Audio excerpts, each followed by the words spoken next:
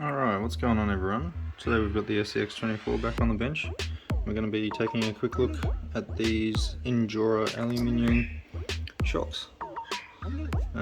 So I've basically had these for a couple of days now, done a bit of fiddling with them. Right out of the packet, I had some troubles with fitment, which I'll get into once we take the lid off. Alright, so now you can see them a bit better there. Now the problems I was having with fitment were these little bushings. If I can get the focus to go, there you go. The little bushings inside there, either end of the shocks, are a really nice, sort of tight, firm fit with the little included O-rings. But I was having some problems, sort of when the axle swang side to side, that the shock would actually curve in and hit the chassis and prevent some of the movement, and it would cause the actual shock shaft to bind up inside there. So I found that so if you get these tiny little nuts that are included with some of the Injora parts, you can see them in there, sort of thing, next to the plastic washer. I found the small nut and the plastic washer was a very good sort of amount of space between the chassis and the shock to give it just the right amount of movement. So I've done that in the front and the rear, but in the rear I've sort of just done one nut either side. I found it wasn't as crucial to have the plastic space around there at the same time. Another thing as well, you're supposed to put the O-ring on either side there, so it's a little bit hard to see, on either side of the bushing inside the shock, but I found that was way too tight, and it sort of didn't allow the pivot of the shock end on the bushing to sort of give it the movement that you need. So it was sort of getting to about there, and then because it wasn't able to pivot on the ball end properly, it would bind up the shock shaft and it would sort of become really scratchy and get stuck, not return all the way, sort of thing. So I found if you only put one of the rubber O-rings on the top, trying to get it to focus there you go. So you can see I've only got one O-ring on the side there, on the inside closer to the chassis, and then nothing on the outside there. That just gives it enough movement, sort of thing. I'll get a screwdriver in there. You can see it's sort of just like enough play. There you go. Play back and forth either side, and it sort of just keeps them nice and loose for the good suspension travel. So if you are going to fit those, it probably will sort of take a bit of fiddling to get the shocks on, but once you sort of get the geometries configured and you know, eliminate all the binding issues, there is very limited play in between the shock shaft and the actual shock body, so they are really nice and smooth. And I decided to keep the blue coloured springs on to sort of match the whole blue on blue, and I find that these springs are really nicely weighted. They are heavier than the stock springs, so from memory the Gladiator comes with super light springs in the front and slightly heavier in the rear, but these springs, all four of them, are the same, I believe, and it works pretty nicely with my setup here. So yeah, let's take it out for a run, see how they go. I'm expecting quite a lot because I've spent quite a few days fiddling around and getting everything nice and smooth, and sort of very similar to how the plastic ones felt, because I always liked the plastic ones. I sort of just went for the blue ones for the aesthetic, and in some cases the aluminium's better for shocks, but in this case it sort of took a bit more fiddling. But anyway, there's some bounce for you. So yeah. Just to quickly give you a demonstration as well of how these springs sit. I do have them in the stock mounting holes at the moment, and all the collars are backed right the way off in all four corners. So you can see there is a bit of droop which I like, just from the weight of the stock electronics, and small added weight from the end links there. But there's a bit of droop in the rear as well, and very marginal, but there's a small amount there. But yeah, overall it's really nice, and the shocks bottom out basically at the exact same time, so you can both feel them. It's hard to see on camera, but yeah, they both bottom out instantly before that rear wheel comes off the ground, so really quite nice. Yeah, let's get into the footage.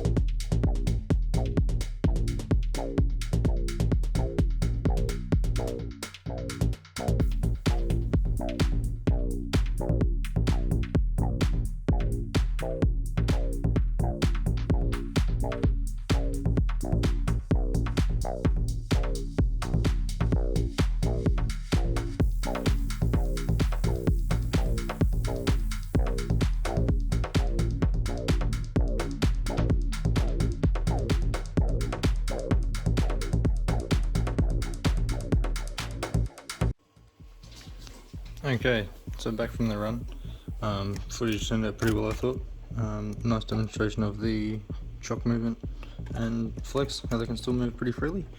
One thing I will note though, initially I removed the O-rings from the top and bottom of only the front shock. But after going out, I decided to do it on the rear as well. I got back from filming that sort of session there, and the rear had sort of started to bind up. Just going up and down, it sort of seemed okay going side to side, but up and down was making it like an actual squealing sound. So I imagine that's just the plastic bushing inside the shock body rubbing on the shaft. The front seems okay, haven't had to change that at all. It still seems really it's still a little bit scratchy. But yeah, it's still nice and free and smooth. So yeah, overall, I do recommend these shocks. They look nice in the sunlight there. They do sort of shine out of underneath the guard.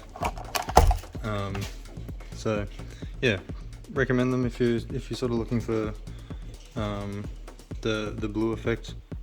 They are nice. They are only in blue. They're not offered in another color, unfortunately. So, but yeah, goes well for my setup. Recommend them. Yeah, like the video, comment if you have any questions about the setup, and I'll see you next time. More footage is coming out soon. I've got heaps of over footage, and I'll be taking it to a couple of other places, including a rather steep rock climb. So it seems to perform pretty well there. I've had it there before. So anyway, see how the footage turns out. Catch you next time.